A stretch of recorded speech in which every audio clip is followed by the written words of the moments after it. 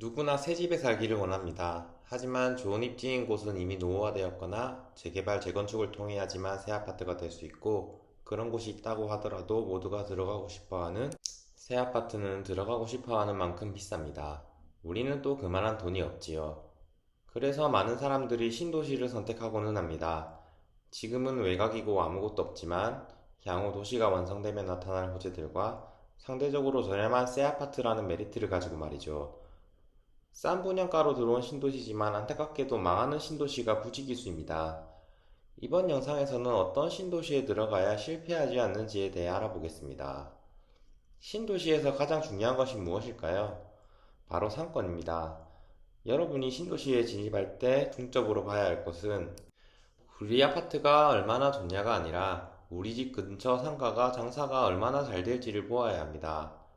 일단 신도시이니 상가 건물도 새 것입니다. 새 것이면 분양가가 당연히 비싸고 그만큼 임대료도 비싸게 됩니다. 이미 배우 수요가 갖춰진 구도심의 상가보다 임대료가 비싸다는 이야기도 됩니다. 신도시이긴 하지만 비싼 새 아파트에 사는 사람들이니 구매력이 충분하지 않냐고요? 아쉽게도 신도시 원주민들이 자기 지역에 있는 상가를 이용하는 경우는 특정 업종을 제외하면 전체 인구 중 20%도 채되지 않습니다. 만 명이 살면 채 2,000명도 본인 동네에서 소비하지 않는다는 말이죠. 병원, 영화관, 백화점, 학원, 마트, 음식점 등 그냥 차 타고 나가 번화가에서 소비를 하지 자신의 동네에서 소비하는 경우는 드뭅니다. 음식 배달을 시켜 먹어도 먹고 싶은 메뉴가 우리 동네에 없거나 더 맛있는 곳이 있다면 배달료를 더 많이 지불하더라도 원도심의 음식점에서 배달을 시킵니다. 그렇게 우리 동네에 있던 병원, 목욕탕, 키즈카페, 음식점 등은 하나하나 정리가 되고 임대만 붙게 됩니다. 상가 주인들은 공실로 놔둘지언정 월세를 깎는 일은 없습니다. 월세를 깎는다는 건 상가의 가치를 떨어뜨리는 일이니까요. 도시의 상가는 임대만 붙어 있고 동네 상권에서 기본적인 무언가도 하기 힘들어집니다. 평소에 이용을 안 하더라도 근처에 있는 것과 없는 것은 천지 차이니까요. 그렇게 살기가 불편해지며 사람들이 떠나고 집값도 떨어지고 생활 여건도 나빠지는 겁니다.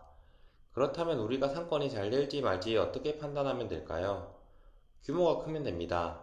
통상 묶어서 신도시라 부르기는 하지만 100만 평이 넘는 곳이 신도시이고 나머지는 택지개발지구입니다. 그렇다고 우리가 들어갈 곳이 100만 평인지 아닌지 알 수 없으니 일반적으로 아파트 20개 정도면 도시로서 자정작용을 할 수가 있습니다. 제법 큰 규모의 상업시설도 들어옵니다. 백화점, 아울렛, 대형마트 같은 것들 말이죠. 물론 이것도 인근 원도심에서조차 대형 상업시설의 장사가 안 되는 지역은 말도 안 되는 이야기일 것이고, 인근 원도심이 가격 시이상급의 파워를 지니고 있을 때 가능한 이야기입니다. 또한 공기업, 관공서, 법원 같은 고급 일자리가 들어올 확률도 높죠. 아파트 10개 정도면 택지지구로 볼 수 있습니다. 원도심과의 거리나 호재 정도에 따른 차이는 있을 수 있겠습니다만, 이 정도의 규모라면 상가가 공실일지언정 굳이 원도심까지 나가지 않아도 될 정도의 인프라는 갖추게 됩니다. 발전 여부는 미지수이겠지만 집값에 있어서도 순방은 할 수 있겠다 하겠습니다. 마지막으로 아파트 5대 정도의 택지지구입니다. 주로 대규모 사업을 하는 도시공사보다는 지자체에서 인구를 늘리기 위해 만든 소규모 택지지구입니다. 원도심과 거리가 별 차이가 없을 정도가 아니라면 외곽에 지어진 이러한 택지지구는 성공하기가 매우 힘듭니다. 물론 건립하면서 이런저런 호재들은 많지만 결국 규모와 신도시 건립 주체의 파워가 약하므로 호재가 실현되기도 힘들고 일자리도 없습니다. 결국 나중에 들어선 구도심의 20, 30년 된 아파트들보다 가격 형성에도 불리하고 생활권은 더욱 낙후되어 살기도 불편합니다. 단일 아파트 하나만 보더라도 관리비, 커뮤니티, 상권, 집값 등의 요소에서 세대수는 중요한 역할을 차지하듯이 규모가 작은 택지지구는 실거주 면에서도 투자 면에서도 성공하기 참 힘듭니다. 택지지구들은 통상 상업시설, 교육시설, 교통, 일자리 지구 등을 정해놓고 시행을 합니다만 규모가 작을수록 도시계획과는 다르게 예정되어 있던 시설이 들어오지 않으며 빈 땅이나 의미 없는 시설로 채워진 채 낙후되는 도시가 되고 맙니다. 그냥 도시 규모가 크면 된다는 뻔한 소리를 이렇게 길게 하냐고요? 또 크다고 해서 다 잘 되는 것은 아닙니다.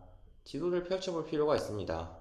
신도시가 들어설 때는 기본적으로 도시개발 계획이 지도로 표시되어 있습니다. 상업, 의료, 주거, 공단, 학교, 공공부지, 교통 등이 어떻게 들어설지 블록별로 잘 표기가 되어 있습니다. 하지만 이것은 계획일 뿐 그대로 실현되지 않거나 오랜 시간이 걸릴 수 있습니다. 대표적으로 학교는 학령 인구 감소로 인해 신설은 쉽지 않은 상황입니다.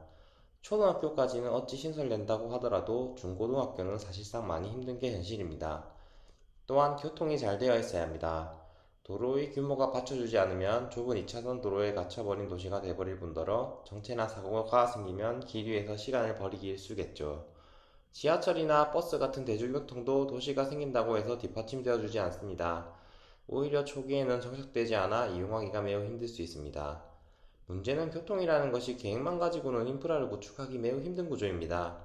도로를 만들려면 땅이 있어야 할 것이고 설령 땅을 다 매입했다 하더라도 상당히 긴 공사기간이 걸려 구축하기 힘들죠. 버스 또한 이용객이 감소하는 추세에서 노선을 신설, 변경하기는 기대하기 힘듭니다. 하물며 지하철은 천문학적인 돈이 들 뿐더러 집안이나 노선 사정 등을 고려할 때 아예 불가능한 곳도 허다하죠. 이런 교통 제반 사정이 뒷받침되어 줄지 확인해야 하고 교통 인프라가 그다지 좋지 않다면 향후 신설할 계획은 있는지, 그 계획은 실현 가능한지를 따져보고 그것이 힘들다면 포기하는 것이 좋습니다. 처음에 상권이 잘 되어야 한다고 했는데 신도시 규모가 크다고 꼭 좋은 것만도 아닙니다. 백화점이나 큰 상업시설이 들어오게 될 때 일반 상가와 구분이 잘 되지 않으면 사람들이 모두 큰 상업시설로 가게 되어 일반 상가를 잘 이용하지 않아 역설적으로 일반 상가는 공실투성이가 됩니다. 비록 우리가 전문가는 아니지만 일반적인 시각에서 상권이 잘 형성될지 따져볼 필요는 있습니다. 마지막으로 원도심과의 시너지를 살펴봐야 합니다.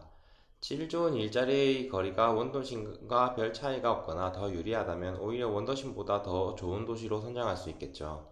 또한 좋은 시설들이 들어섬으로써 원도심 사람들도 찾게 되는 도시가 되고 그 도시와 신도시 사이에 유기적인 관계가 되어야 도시가 잘 발전할 수 있습니다. 비단 상권뿐만 아니라 무언가를 이용할 때 원도심으로만 가게 된다면 신도시는 그저 베드타운으로서의 역할만 할 뿐 신축이라는 장점도 세월이 흐르면 낡은 아파트가 되어버리니 불편하기만 한 도시가 되어버릴 것입니다. 이번 영상에서는 신도시에 대한 이야기를 해보았습니다. 제가 항상 안타까운 것이 자기 재산의 대부분을 차지하는 집을 큰 고민하지 않고 쉽게 사는 분들이 많이 보입니다.